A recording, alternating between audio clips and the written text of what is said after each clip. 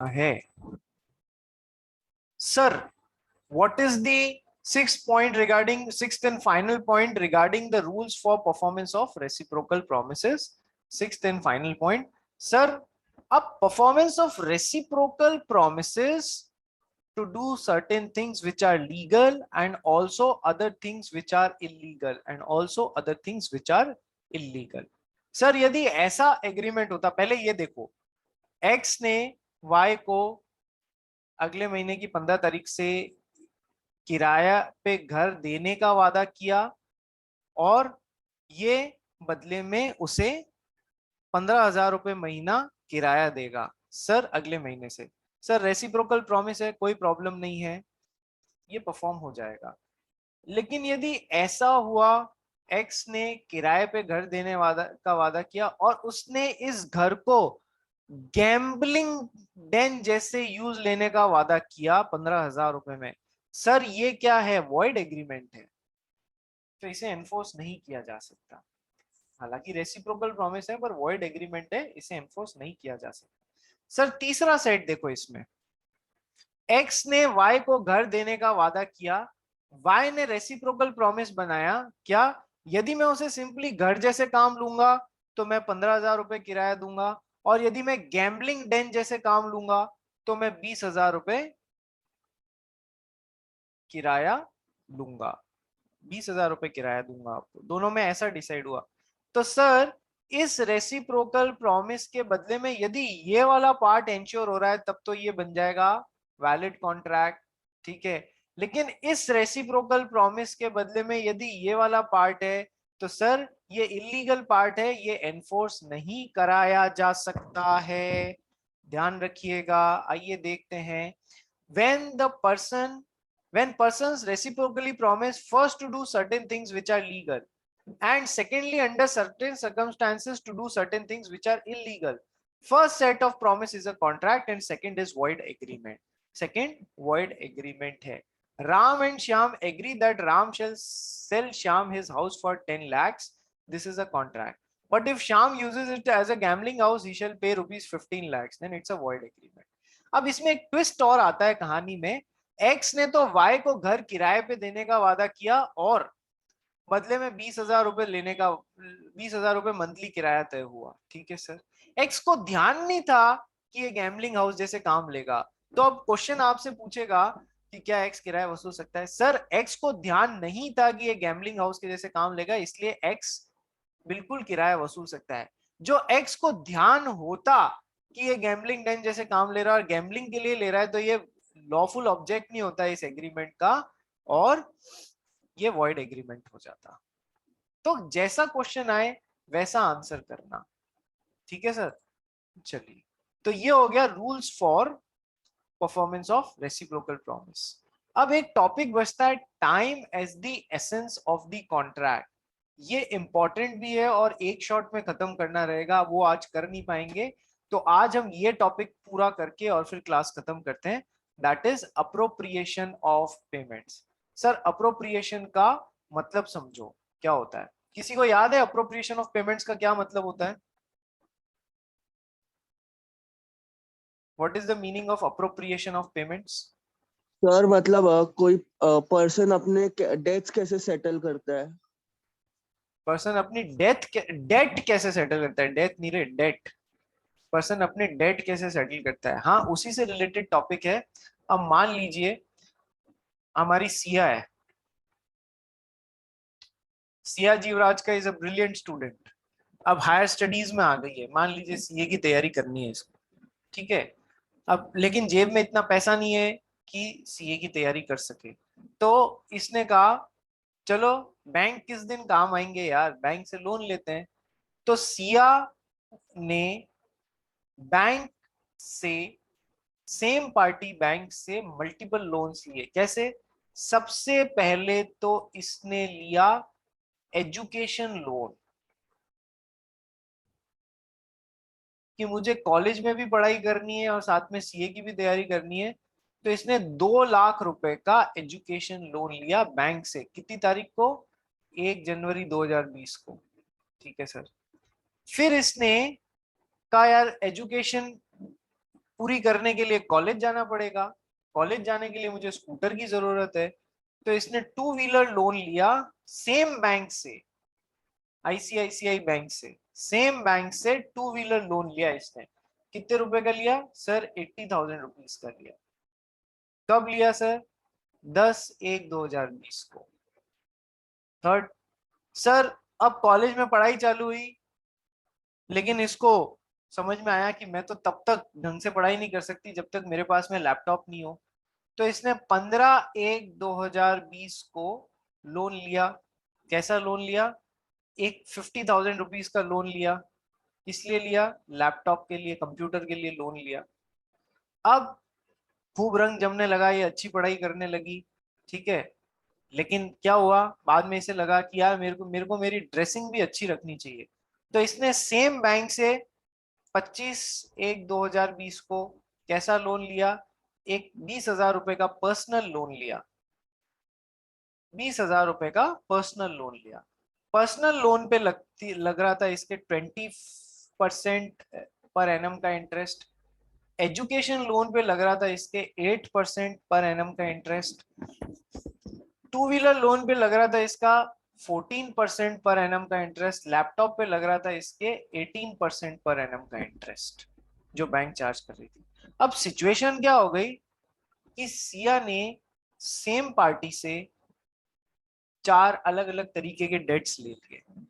ठीक है सर, अब सिया मान लो इसकी पढ़ाई पूरी हो गई, अब नौकरी वोकरी भी अच्छी लग गई, अब ये लोन चुकाने की बातें कर रही है। ठीक है सर, लोन चुकाने की बात हुई तो सिया ने सबसे पहले चुकाया, सबसे पहले पेमेंट किया, मान लीजिए 10,000 रुपीज का, कि किस्तों में करूंगी, पूरा एक साथ थोड़ी कर सकती हूँ। तो सबसे पहले सिया ने बैंक को दिया 10,000 rupees. So now the question arises, ये 10,000 रुपए का पेमेंट जो है, ये कौन से वाले लोन के अगेंस्ट अप्रोप्रिएट किया जाना चाहिए, एडजस्ट किया जाना चाहिए? लोन नंबर 1, 2, 3 और 4।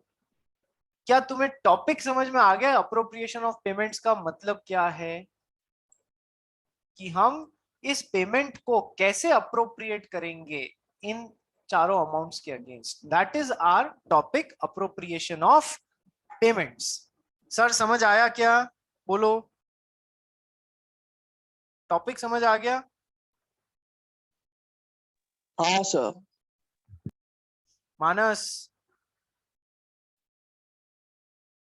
हाँ सर। ठीक है। Manas, you are in Mumbai, back to Mumbai. हाँ सर। ठीक है, भाई की शादी खत्म करके आ गया तू? हाँ सर, ये मंडे का टेस्ट ऑफलाइन ही दिया था जाके। ठीक है, वंडरफुल। चलिए, तो सर इससे रिलेटेड रूल्स अपने को पढ़ने के, पैसा कौन से वाले लोन के अगेंस्ट अप्रोप्रिएट किया जाएगा। चलिए अब आगे देखते हैं अपन, education loan, two wheeler loan, laptop, personal loan. Sir सबसे पहला नियम है कि जो भी पैसा सिया ने बैंक को दिया है वो सबसे पहले किसके अगेंस्ट अप्रोप्रिएट होगा?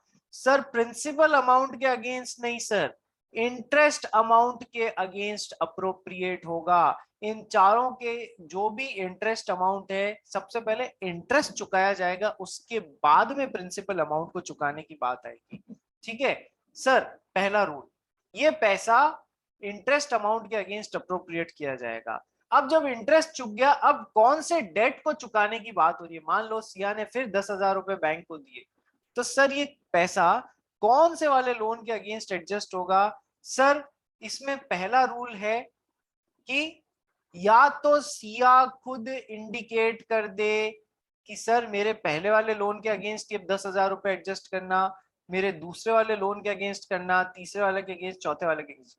यदि सिया ने डायरेक्ट कर दिया है कि मेरे इस वाले लोन के अगेंस्ट आपको एडजस्ट करना है, तो बैंक यदि उस पेमेंट को एक्सेप्ट कर रहा है तो बैंक को झक मरा के उसी लोन के अगेंस्ट एडजस्ट करना पड़ेगा। बैंक के खुद के पास में ऑप्शन नहीं होगा कि किसी के भी अगेंस्ट कर दे। सेकंड, सर यदि सिया ने कोई डायरेक्शन नहीं दिया, 10,000 रुपए तो दे दिए, कोई डायरेक्शन नहीं दिया कि किसके अगेंस्ट करना है, तो सर हम ये भी देखने की कोशिश करेंगे क्या ये अमाउंट किसी से मैच कर रहा है क्या। 2 लाख रुपए से मैच कर रहा है, 80 से मैच कर रहा है, 50 से मैच कर रहा है, 20 से मैच कर रहा है। सर मान लो सिया ने 20,000 रुपए दिए होते, ठीक है, तो सिया इनडायरेक्टली क्या इंडिकेट कर रही है, मेरे कौन से लोन के अगेंस्ट एडजस्ट करो, 4th नंबर वाले लोन के अगेंस्ट एडजस्ट करो। सर या तो सिया ने डायरेक्शन दे दिया है कौन से वाले लोन के अगेंस्ट एडजस्ट करो, या फिर सिया ने इंडिकेट कर दिया है थ्रू अमाउंट या फिगर। मान लो एक लोन है 5356 रुपए का और सिया ने एग्जैक्टली 5356 रुपए ही दिए, तो सिया इंडिकेट कर रही है या नहीं कर रही है कि कौन से वाले लोन के अगेंस्ट एडजस्ट करो, वो इनडायरेक्टली इंडिकेट कर रही है। ठीक है, तो या तो डायरेक्टली एक्सप्रेसली या इम्प्लाइडली उसने इंडिकेट कर दिया है। थर्ड, अब यदि सिया ने इम्प्लाइडली या एक्सप्रेसली इंडिकेट नहीं किया, मान लो 10,000 रुपए दिए, सर 10,000 का फिगर भी कहीं मैच नहीं हो रहा है, एक में 20 है, एक में 50 है, एक में 80 है, एक में 2 लाख है। ठीक है, सिया ने यदि डायरेक्टली भी इंडिकेट नहीं किया या इम्प्लाइडली भी इंडिकेट नहीं किया, तो अब बैंक के को खुला ऑप्शन मिल जाएगा, बैंक चाहे जिस लोन के अगेंस्ट एडजस्ट कर सकता है, बैंक चाहे जिस लोन के अगेंस्ट एडजस्ट कर सकता है। सर देखो कैसे, बैंक कौन से लोन के अगेंस्ट एडजस्ट करना चाहेगा, जिसमें सबसे कम रेट ऑफ इंटरेस्ट मिल रही है। ये प्रैक्टिकल सिचुएशन है, ऐसा लिख के मत आ जाना कि बैंक सही में सबसे कम रेट ऑफ इंटरेस्ट मिल रही है उस वाले लोन के अगेंस्ट एडजस्ट करेगा। ठीक है, मतलब अपन कहना क्या चाह रहे हैं, या तो सिया खुद इंडिकेट कर दे, आइदर एक्सप्रेसली और इम्प्लाइडली इंडिकेट कर दे। अब सिया ने इंडिकेट नहीं किया है तो बैंक को छूट है, वो चाहे जिस भी लोन के अगेंस्ट एडजस्ट कर सकती है, रूल मोटा मोटा ये है। तो अब बैंक का प्रेरोगेटिव है कौन से के अगेंस्ट अप्रोप्रिएट करना है। थर्ड, अब लेकिन न तो सिया ने इंडिकेट किया सर, न ही बैंक अपना दिमाग लगा रहा है कि ना 1 to 4 के बीच में कौन से लोन से पैसा अप्रोप्रिएट करना है, ये जो भी मिला है। तो फिर सर जो टाइम में सबसे पहले फर्स्ट लोन लिया हुआ है ना, उसके अगेंस्ट एडजस्ट किया जा सकता है। जो टाइम में सबसे पहले लोन लिया हुआ है ना, सिया ने भी अप्रोप्रिएट का डायरेक्शन नहीं दिया, बैंक ने भी अपना दिमाग नहीं लगाया किसके अगेंस्ट एडजस्ट करना है, तो फिर क्या रूल लगेगा कि सर जो समय में सबसे पहले लिया हुआ है, समय में सबसे पहले कौन सा लिया हुआ है सर, समय में सबसे पहले ये वाला लोन लिया हुआ है, तो इसके अगेंस्ट एडजस्ट किया जा सकता है। सर अभी तक समझ में आ गए फ्लो, सबसे पहले इंटरेस्ट का अमाउंट चुकाया जाएगा, फिर जो भी पैसा आ रहा है वो या तो सिया खुद डायरेक्ट कर दे कि मेरे इस डायरेक्शन कैसे भी दे सकती है, एक्सप्रेसली भी दे सकती है, इम्प्लाइडली भी दे सकती है, जैसा भी सिया का डायरेक्शन है वैसा अप्रोप्रिएट करना पड़ेगा। यदि सिया ने इंडिकेट नहीं किया तो सर बैंक को ऑप्शन मिल जाएगा, जिस भी लोन के अगेंस्ट एडजस्ट करना चाहे वो कर सकती है, प्रोवाइडेड प्रोवाइडेड एक बात बतानी रह गई, प्रोवाइडेड वो डिस्प्यूटेड लोन नहीं हो, प्रोवाइडेड वो डिस्प्यूटेड लोन नहीं हो, प्रोवाइडेड वो डिस्प्यूटेड लोन नहीं हो। मान लो इन चारों लोन में से तीसरे नंबर लोन को लेके दोनों में डिस्प्यूट हो गया कि तुमने मेरा इंटरेस्ट ज्यादा लगा दिया, कमिट तो 18% से किया था लेकिन तुमने 25% से लगा दिया, नहीं ये डिस्प्यूट है इस लोन में। प्रोवाइडेड वो डिस्प्यूटेड लोन नहीं हो, बैंक उसके अगेंस्ट भी अप्रोप्रिएट कर सकता है, बस वो डिस्प्यूटेड नहीं होना चाहिए। सर बैंक जो है वो टाइम बार डेट के अगेंस्ट भी एडजस्ट कर सकता है यदि सिया ने कोई डायरेक्शन नहीं दिया है तो। सर टाइम बार डेट क्या होता है, मान लो चौथा वाला लोन जो, मान लो एक लोन, एक 5वां लोन सिया ने पहले बैंक से लिया हुआ था, कैसा लिया हुआ था, XYZ नीड के लिए कोई भी एक 50,000 रुपए का लिए लोन लिया हुआ था, वो सिया ने टाइमली नहीं चुकाया, अब बैंक को 3 साल मिल रहे हैं कोर्ट में जाने के लिए, बैंक भी 3 साल में कोर्ट नहीं पहुंचा, तो ये डेट कैसा हो गया सर, टाइम बार्ड डेट हो गया, टाइम बार्ड डेट हो गया। तो अब सिया ने 10,000 रुपए देते हुए या 20,000 रुपए 10,000 रुपए देते हुए इंडिकेट नहीं किया कौन से वाले लोन के अगेंस्ट, तो सर बैंक इस टाइम बार्ड डेट के अगेंस्ट भी एडजस्ट कर सकता है, बिल्कुल कर सकता है। बस जरूरत क्या है सर, किस बैंक किसी भी लोन के अगेंस्ट एडजस्ट कर सकता है सर, टाइम बार्ड डेट के अगेंस्ट भी एडजस्ट कर सकता है, बस वो डिस्प्यूटेड लोन नहीं होना चाहिए। ठीक है सर, नेक्स्ट, अब सिया भी दिमाग नहीं लगा रही है, बैंक भी दिमाग नहीं लगा रहा है, तो सर किसके अगेंस्ट एडजस्ट हो जाएगा? जो टाइम फ्रेम में सबसे पहले लिया हुआ है उसके अगेंस्ट एडजस्ट करना है। सबसे पहले कौन सा लिया हुआ है सर? एजुकेशन लोन लिया हुआ है, तो 10,000 रुपए एजुकेशन लोन के अगेंस्ट एडजस्ट हो जाएंगे। ठीक है सर। अब नेक्स्ट रूल सर, यदि मान लीजिए सिया ने एजुकेशन लोन भी 1/1/2020 को लिया हुआ है और 2 व्हीलर लोन भी 1/1/2020 को ही लिया हुआ होता, यानी कि दोनों सेम डेट पे लिए हुए होते, तो सर अब टाइम में जो फर्स्ट है उसके अगेंस्ट कैसे एडजस्ट करेंगे सर?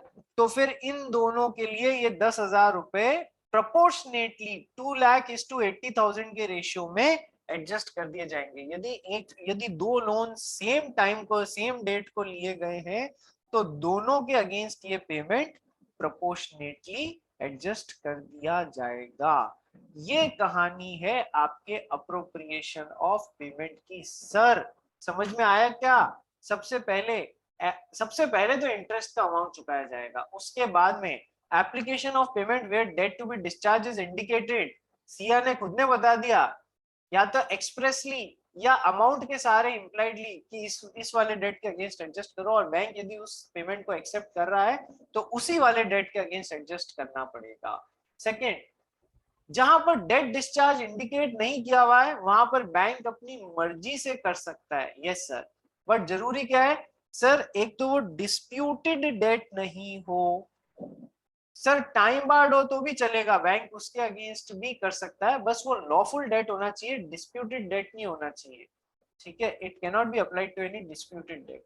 ठीक है, टाइम बार्ड डेट जो है उसके अगेंस्ट भी एडजस्ट किया जा सकता है। जहां पर किसी भी पार्टी ने इंडिकेट नहीं किया, ना तो सिया कर रही है ना ही बैंक अप्रोप्रिएट कर रहा है, तो सर टाइम में जो सबसे पहले टाइम के ऑर्डर में वो पैसा डेट चुकाने के काम लिया जाएगा। ठीक है सर।